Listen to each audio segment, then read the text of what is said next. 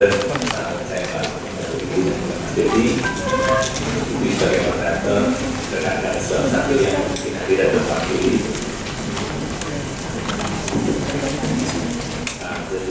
Dan juga tidak terkenal kegiatan atau penjahat, saya kurang tahu ya, beda-beda tipis.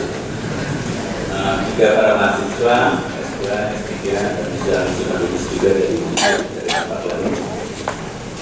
Panitia saya hormati, ini luar biasa pertemuan setelah tanggal 20 agak susah memang memanggil para pakar. Pakar itu pandai berkelakar. Saya dengan Mas Romi ini sejak tahun 90 awal masih kalah kemana waktu kami ketemu di Filipina. Ada para peneliti lah dari dunia tumpul. Jadi saat itu beliau jadi pesilat luar biasa. Dari situ saya kagum. Saya berikan aplaus pada beliau. Saya akan melatih beliau. Dan juga setelah itu kita saling berkajian belajar kehidupan dan sebagainya. Di hijack kiri kanan maklum sebagai konsultan, komponen konsultan, jadi kita main pencaksilat di sana, mengenai APEC dan sebagainya. Kemudian saya lelah juga 96, saya coba penas ketemu Mas Dedi. Yang 5, 96. Dan 7 bosan sebagai hijacker, tentunya kita jadi aborigin kan, kita kalah dengan aborigin, jadi kita mentawar di situ ke Menko Perekonomian menurut Equip. Kita 99 kira-kira berubah di Menko Perekonomian. Membosankan kita menjadi eselon 2 beberapa 7 posisi lah, putar-putar. Kita nggak punya bendera. Waktu lalu semua pakai bendera Libi, saya belum diterima. Ada bendera Libi sudah dikeluarkan. Tapi namanya kita periset di mana aja masuk. Sekarang kita tidak bicara karena demission atas unsur penting. Jadi saya supir tembak kadang-kadang nyasar kalau supir tembak. Kalau kita umroh atau haji, jadi dengan supir tembak biasanya nyasar. Kita lihat hari ini. Oke, terima kasih kesempatan yang dimungkinkan untuk saya bicara di sini. Para sahabat dan rekan-rekan yang saya hormati dan juga barangkali kita sharing di sini, Pak Romin sudah memberikan data-data yang luar biasa. Saya percaya bahwa ke depan ini kelautan luar biasa. Jadi saya juga mungkin berkonsentrasi di SDM dan kemudian seperti inovatif. Pada saat di pemerintah saya tahu bahwa pemerintah omongnya bagus dan bahasa dewa semua, terutama Mbak Penas. Waktu lalu kita nanti kita lihat bahasa dewanya. Ini mungkin outline-nya. Ini mungkin outline saya. Kalau dosen atau peneliti kan suka di-outline, kan suka enak gitu tulisnya. Counter questions-nya adalah next one. Kurang lebih bagaimana arah pembangunan jangka panjang Indonesia ke depan. Sebetulnya ada di website Mbak Penas. Ini pemasok datanya luar biasa. Jadi saya hormati pertanyaannya. Kemudian kedua adalah apa tantangan terbesar dalam pengembangan SDM. Ketiga, bagaimana terobosan mewujudkan SDM inovatif dan ramah lingkungan. Ini khas yang ada di sini, tentunya arahnya ke arah pembangunan. Jadi itu juga ya SDM yang kita lihat. Next. Isinya 100 tahun Indonesia Merdeka. Kemudian next slide. Nah, ini pola yang pernah kita kembangkan sebelum tahun 95 kira-kira 96 waktu lalu bergantian berita 5 daripada berita 6 masih top-down cepatnya, dan kemudian sejak 2000-an awal kira-kira kita desentralisasi dan mulai bottom-up. Ada karakteristiknya. Ini sebetulnya kalau kuliah yang S2 S3 itu dapat nih contoh yang ini ada di kopi kan, tapi nggak dibaca. Biasanya kita kalau jadi mahasiswa kalau ada kopinya kita nanya. Bacanya enggak, itu penyakit lama. Tapi juga gitu, 5 menit akhir baru mau ujian, baru kita connect. Next slide. Ini pola kerjanya yang waktu lalu kita mencoba untuk menyederhanakan kontekstualnya, kira-kira dalam kerjaan pembangunan. Oke. Lensa, kemudian BKM nasional, BKM daerah. Ini kita coba mengembangkannya adalah top-down, bottom-up, dan kemudian sejajaran skema sistem rencana pembangunan nasional. Ini klasik. Kita rada susah memprediksi sini, kalau saya sebagai jurumatan Bapak, saya merasa musrenbang itu harusnya bermanfaat, tapi saya tidak melihat itu bermanfaat. Soalnya tidak ada kritik yang mungkin bisa ditampung pada saat itu. Mungkin nanti pada saat rekan-rekan Pak Robin berjaya, kita harapkan itu ada. Jadi namanya musrenbang itu KBI, KTI dan sejenisnya itu harusnya bermanfaat. Bottom up itu kelihatan apa yang sudah disebutkan menurut sektor wise-nya atau regional wise-nya itu bertemu bersama, kita komunikasi antara pusat dan daerah. Yang terjadi biasanya ngumpul kita di gedung BI itu situ kan di Bina dan daerah situ kita kumpul-kumpul aja reuni gitu kayaknya. Sih Mbak Mas gitu ya. Saya koreksi karena itu waktu saya masih menjadi kecoa di sana, jadi susah kita ngomong dari dengar gitu. Saya nggak begitu puas setelah saya menulis berita 5 itu di section sektor tenaga kerja, saya cabut. Saya nggak setuju dengan cara menulis berita seperti itu karena dasar datanya itu tidak kuat. Semua estimasi yang masih mengambang 2 tahun terlambat. Seringkali DPR juga kita paksakan politisi. Sebagai contoh ada pertemuan menteri-menteri menentukan kepala badan lah menentukan berapa sih tingkat pertumbuhan Indonesia sekarang. Gak ada tuh rumusan ekonomi dipakai. Yang ada apa? Dari langit semuanya. 5,8 kayak cocok, 6,2 kayak cocok. Nanti dari itu kan menteri perekonomian. Saya bilang semua ada profesor lah salah satu tuh. Kita tuh dibodohin aja, dibodohin pimpinan saat ini. Harusnya kayak gini kan hitungnya. Itu agregasi tadi gitu, beneran gitu. Tapi apa yang muncul dari tempatnya itu waktu Pak Usman nih, mungkin teman-teman Pak Usman kita. Tapi di situ BPS tidak bisa menjawab nilai angka ini pasti atau tidak. Akhirnya harusnya peneliti lebih paham mengenai hal ini, turun ke lapangan, lihat aja indikator yang core, terus kita dapat. Nah setiap program pembangunan yang saya ikuti, pembangunan ekonomi tingkat pertumbuhannya teman-teman tingkat pertumbuhan perkotaan sangat jauh. Kenapa? Yang harusnya kita majority dari miskin itu kita tidak pernah bisa update. Nggak pernah kelihatan berapa tingkat pertumbuhan sana. Bahkan di kala krisis itu terjadi, bisa nggak kita jawab? Kalau bukan yang tebak-tebakan ya Pak Derajat dengan Pak Robin pada saat itu tahun 2000 itu krisis 98 itu waktu. Dan berjuang karena di minus 13 dan meningkat menjadi positif itu dialami enggak? Bukan jauh besar kan, tapi pada saat itu betapa susah. Dan kita salah satu contoh dunia yang ambruk setengah mati dan recover paling cepat.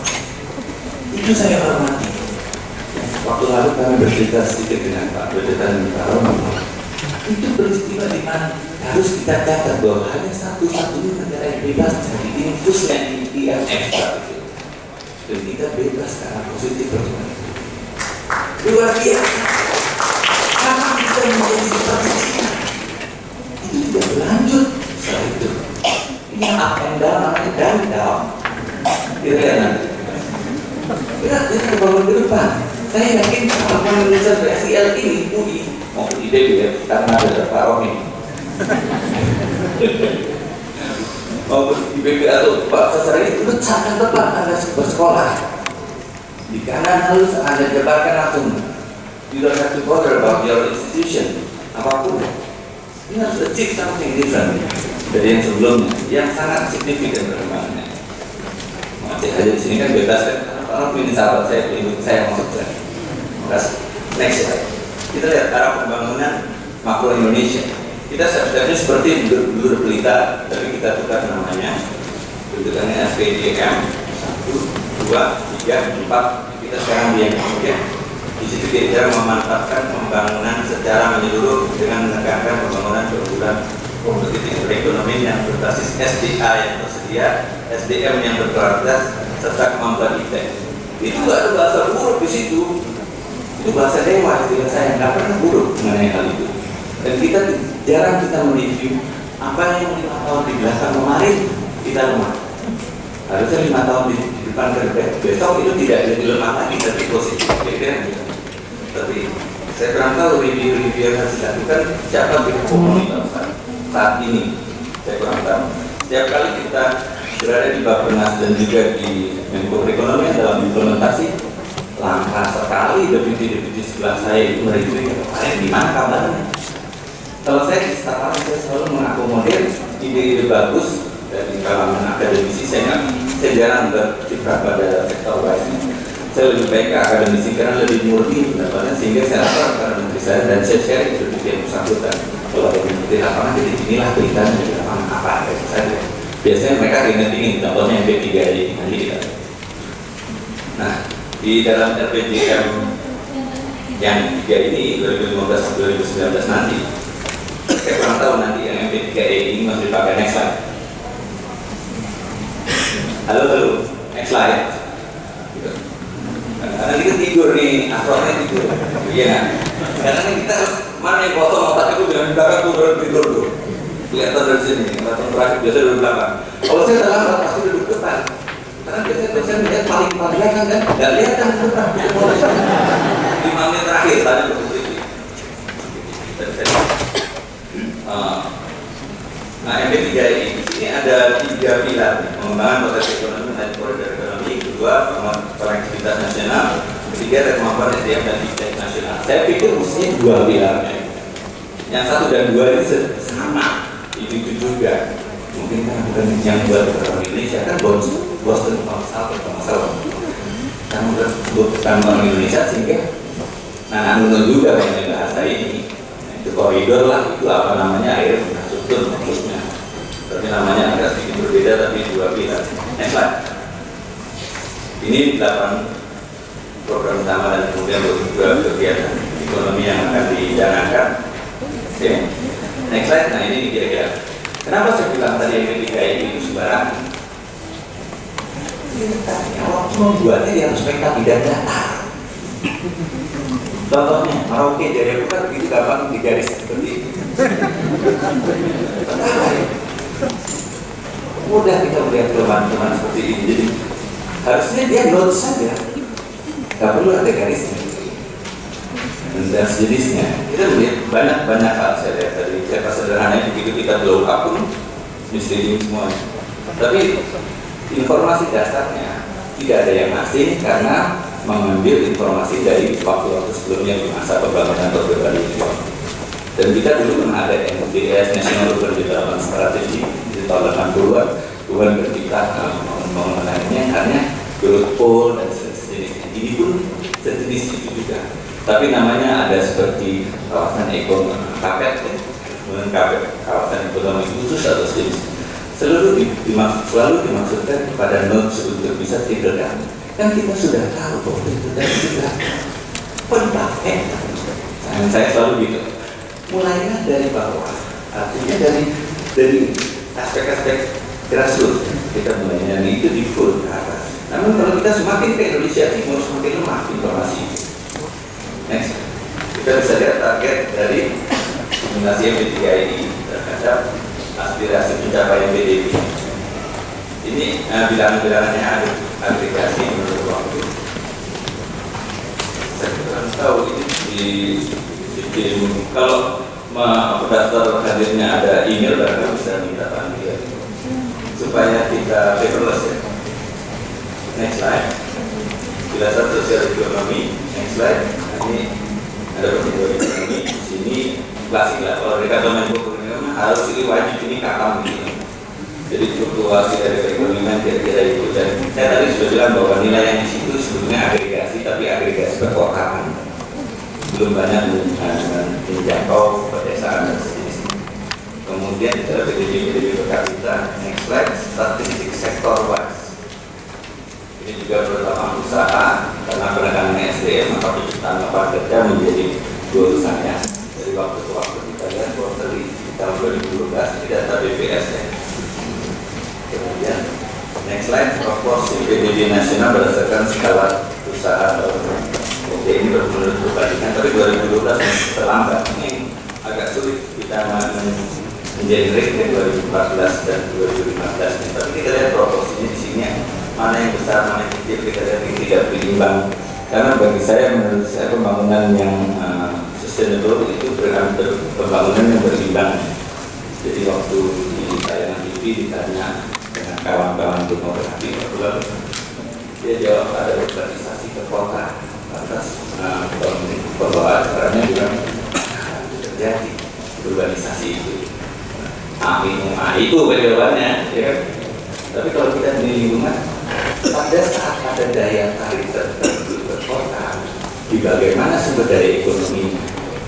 Kalau tidak memenuhi kapasitinya, ada yang jomplang, kan kira-kira gitu. Jadi kemiskinan itu muncul karena akses ke sumber daya ekonominya terbatas.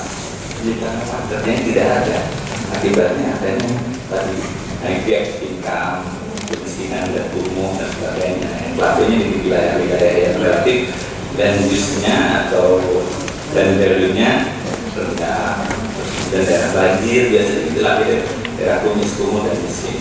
Itu biasanya pelaku di perkotaan muncul. Caranya bagaimana? Kalau dimensi itu kan itu babak pertama dari PPB itu pelajarannya law of diminishing return. Pada saat return itu ke bawah untuk bisa up lagi. Apa? Nomor satu, policy kan. Dua, teknologi, inovasi dan sebagainya. Nah, untuk bisa menginjeksi ini naik. Kayaknya kosong ini enggak lupa. Kita kalau dimensi itu kan kira-kira gitu. Jadi begitu tidak jalan saya langsung ya kok. Oke, next slide. Bonus demografi. Kita tahu demografi Indonesia di sini dan kita lihat jumlah penduduk, bonus demografi usia yang produktif itu besar. Ini bisa menjadi beban, bisa menjadi berkah. Kita coba memikir ke arah berkah ya. Menjadi beban itu karena tadi tidak ada lapangan kerja sehingga menjadi pengangguran dan pada akibatnya miskin atau kriminal dan sebagainya. Tapi kalau itu menjadi berkah, di sana kita lapangan kerja, maka di usia yang produktif seperti ini yang menjadi daya genjotnya suatu negara atau region. Nah, ini harus kita siasati menjadi berkah, tergantung dari policy baik tingkat atas maupun sampai bawah untuk mencapai sumber daya ekonomi yang balance. Saya nggak bilang terlalu maksimum, karena kalau kita terlalu maksimum cepat habis. Tapi kalau saya bilang balance, mungkin itu nilainya sustainable. Bonus demografi kita lihat struktur rankingnya di sini yang 14, 15 sampai 64 kita lihat itu grafiknya dan itu suatu hal dekat sampai 2035. Menurut Pak Jatuh 2040. Terus ada pertanyaan, jadi berapa periode presiden? 3. Kok 3? Ya presiden 10 tahun. Kalau bagus kata tidak gitu. Kita ini akan jadi bangsa kelas dunia, jadi itu harus ingat. Positif saja berpikir ya. Sehingga kita bantu gimana caranya yang korupsi kita pinggirin, yang produktif kita angkat. Ini kata daya saing Indonesia nih. Kita bisa lihat Indonesia di kala di 2014 EODB itu apa sih? Ease of Doing Business. Kita bikin 120 dari kurang lebih dari 180-an atau 200 negara di dunia. Dan selanjutnya kita lihat ranking-ranking kita. Harusnya kan kalau memberi ranking 120 dari berapa? Nanti untuk tesis gitu ya, jangan lupa. Ini di sini pun maklum ini spontan saya terbatas. Permintaan dari PSIL ini terlalu tergesa-gesa sehingga persiapannya kurang mantap dalam nilai. Tapi kira-kira porsinya udah tahu kan. Indonesia di mana rankingnya tidak terlalu jelek semuanya, kecuali korupsi itu membaik. Kita bisa melihat kalau kita masuk ke ketiga dari ranking itu dari total berarti kita udah masuk tempat yang baik. Nah, GCRR adalah Global Competitive Report melaporkan kita ranking 38 dari sekitar 130 negara. Bagus kan? Seperti itu lah. Nah, kemudian tidak perlu lagi effectiveness index tidak cukup lumayan. Nah, next slide. Global Competitive Index. Kita lihat Indonesia di ranking 50 dari sekitar 130 negara, 140 negara. Di tahun 2012, tapi sekarang kita berada di ranking 34 membaik. Dan saat ini terakhir kita merilis satu lembaga izin yang berlaku di semua. Kira-kira untuk mempermudah nanti ke arah logistik nasional dan sebagainya tidak dilanjutkan. Mudah-mudahan memahami sejarah ini yang baik kita angkat, yang buruk kita tinggal. Next slide, IPM. Mungkin Pak Romi tadi sudah memberikan beberapa penjelasan mengenai indeks pembangunan manusia. Ini salah satu indeks untuk melihat kita sampai di mana. Kita naik 3 level di 2013 ini, tapi belum bisa menjadi 50% dari seluruh. Andai kata semuanya 187 kan, 50%-nya di bawah 90 kan. Kita masih di 118, masih belum bisa mencapai 50%. Oke, next slide. SDM berkualitas kan? Kita lihat. Karena tantangan kita mungkinkah kan itu pertanyaan, mungkinkah? Kalau gambaran penduduk miskin ini tantangan kita ke depan. Sepertinya menurut statistik turun dari waktu ke waktu. Mungkin Pak Menteri sudah men-sharing juga mengenai ukuran miskinnya apa dulu soalnya. Jadi waktu kita standar dulu saja, tapi lagi-lagi hitungan ini hanya mostly di perkotaan. Semakin ke timur semakin jelas. Next slide, tingkat kemiskinan provinsi ini saya ambil dari Menko Kesra karena sebetulnya saya salah tempat. Saya staf balik ke Kesra, tapi sebetulnya ada Menko Kesra jadi datanya sana. Harusnya dia bisa exchange itu beliau. Jadi saya sebagai liaison daripada kantor Menko.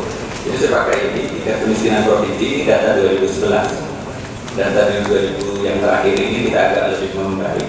Tapi tadi ukuran miskinnya itu apa saja poinnya itu harus diperhatikan di data itu. Kemudian next slide kita lihat achievement daripada masing-masing Indonesia pendidikan. Saya pikir ini aspek pendidikan menjadi penting malah dalam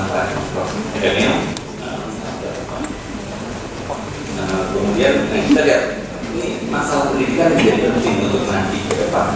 Kita melihat bahwa posisi negara-negara maju aspek pendidikan menjadi prioritas dan sangat langka bagi kita untuk bisa mendapatkan pendidikan yang gratis. Nah, beberapa daerah sudah memulainya, itu bagus sehingga ada kinerja yang encouraging dari beberapa wilayah untuk mendorong hal sifatnya murah dan sebagainya untuk daerah. Dan pendidikan SDM khususnya di usia-usia produktif ini menjadi goal kita ke depan karena penciptaan lapangan pekerjaan terkerapnya sektor real mustahil kalau SDM-nya masih lemah.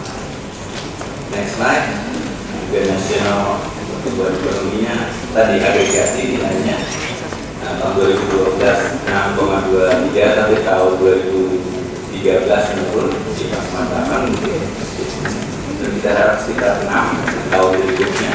Dan saya yakin karena indeks daripada pasar saham meningkatnya karena teratur dan sistematik pada pemilihan dan juga takeover dari Presiden kemarin 2014 ini kita harapkan ke depannya membaik. Next slide, kondisi lingkungan hidup. Saya hanya memintakan sekian target TE di mana ada undang-undang baru 2014 tentang antara batas laut dan sebagainya. Kabupaten 4 mil, yang provinsi 12 mil, 24 nasional dan sebagainya. Jadi kita lihat seratan itu lihat undang-undang 23 tahun 2014.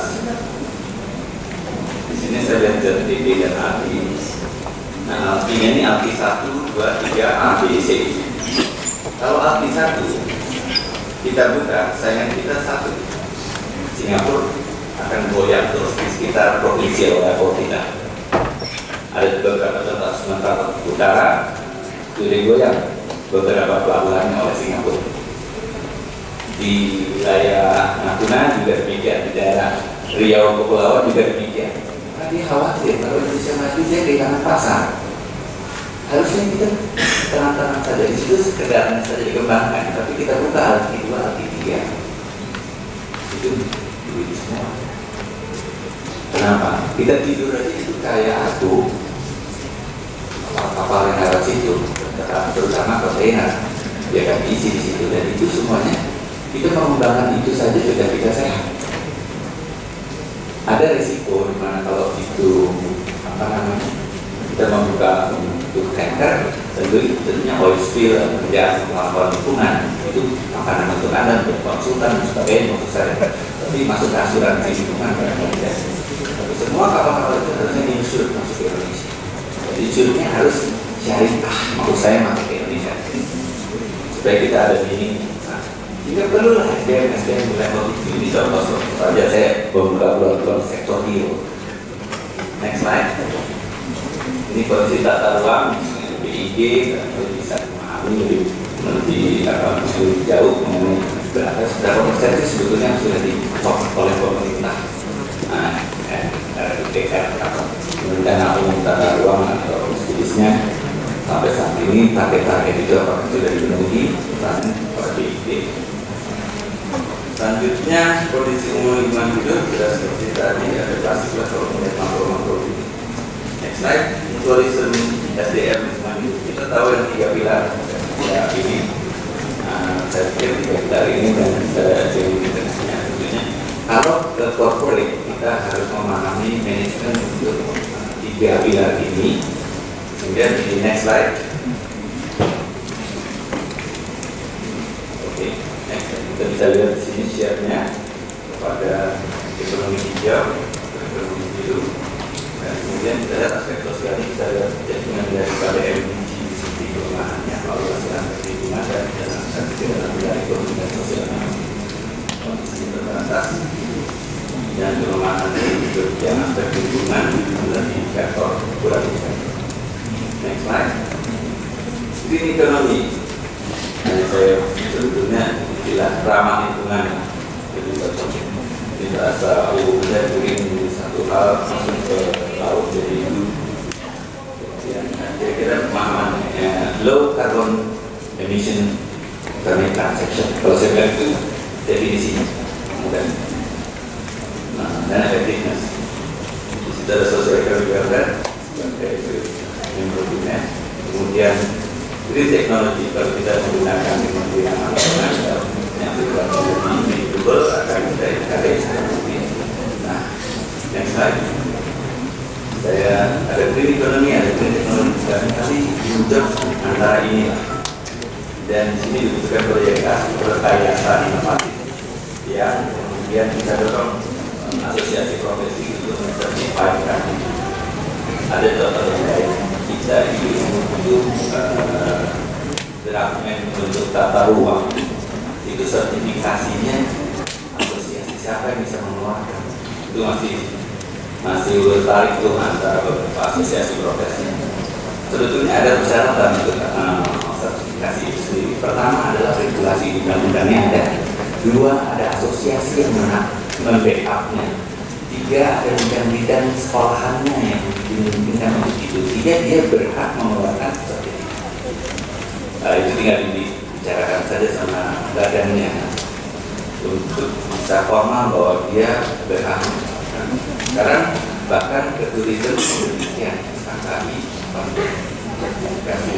sudah dimulai karena nanti ASEAN Economic Community itu langsung kan itu borderless seperti community bisa Malaysia dan sebagainya. Itu bisa harus mengusahakan ini. Next slide. Video. Kalau saya bisa bilang, oke, next slide. Dan jadi competition. Nah, nanti bensin. Kalau ingin bersekolah dan memiliki kapasitas sebagai mentor, berkata filosofi gratis. Kalau ingin menjadi pengembang, berkata United States of America. Kalau ingin menjadi koruptor, datang ke mana? Silakan. Kesediaan untuk next slide, supply demand, next. Saya itu bisa baca dulu. Peran riset perekayaan mungkin perlu skema peningkatan kemampuan peneliti dan perekayaan ini dibangun oleh Kristek dan mengedepankan penggunaan inovasi teknologi hijau atau ramah lingkungan. Next slide. Next. Ini yang tadi saya sebutkan bahwa kita perlu sertifikasi profesi. Orang tahu sertifikasi profesi lingkungan yang ada dan saya pikir ke arah teknisnya nantinya karena ada uji kompetensi dan pelatihan. Nah kalau kita tadi bayangkan algi itu kita buka algi 1, algi 2. Nah kota-kota besar yang berada di hinterlandnya si algi tadi harus menyediakan BLKI atau BLK yang bisa merujuk ke arah kemaritiman. Itu contoh-contoh sederhana. Dan mereka yang berada di perguruan tinggi di sekitar tadi algi tadi kompromising untuk mengeluarkan sertifikasi profesi minimal seluruh Indonesia berlaku satu. Jadi kalau kita berangkat ke arah level ASEAN, kita tinggal ada namanya mutually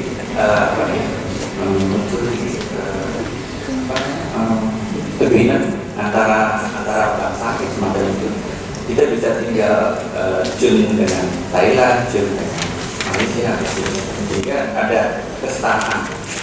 Jadi pelaut di kita bisa pelaut di sana juga bisa bekerja sama dan sebagainya. Jadi kalau kita memiliki kapasiti untuk melakukan sertifikasi profesi seperti itu, kita borderless kan. Itu saya pikir bukan lapangan kerja itu penting. Next slide. Biar kali kalau ada yang kerja. Dan kalau saya next slide, sinergi BRKI dan yang ketiga ini di bagian dari segitiga ini yang paling bawah kan sebetulnya arahnya ke BRK. Kalau yang atas berarti kita universitas atau sejenisnya atau lembaga. Nah ini kita boleh buat nih dari sektor pendidikan untuk ke arah sana. Next slide, sinergi antara swasta BUMN dan sebagainya. Sebagai penutup, poinnya adalah dalam penyusunan program perencanaan pembangunan mengacu pada visi tadi SPDB, mandiri, maju, adil, dan makmur. Kedua, pembangunan jangka pendek mengacu pada tadi SPDM. Waktu lalu atau sampai saat ini masih orientasi ekonomi GAI karena lebih operasional meskipun ada gambar-gambar yang sama. Yang ketiga, program perencanaan pembangunan yang tepat dan sesuai dengan kebutuhan lokal dan juga regional. Kalau saya sebutkan masyarakat, bonus demografi harus disiasati menjadi berkah ketimbang bencana. Selanjutnya, memperluas kesempatan kerja di wilayah miskin itu menjadi penting, khususnya yang tadi green jobs atau sejenisnya. Membangun BLKI dan sejenisnya, pengembangan SDM ke depan, nanti mungkin dengan itulah inovator atau penggerak dari sektor atau baru kumpul bareng dan kemudian membuat kegiatan pengembangan SDM dapat berbasis lingkungan. Terima kasih. Assalamualaikum warahmatullahi wabarakatuh.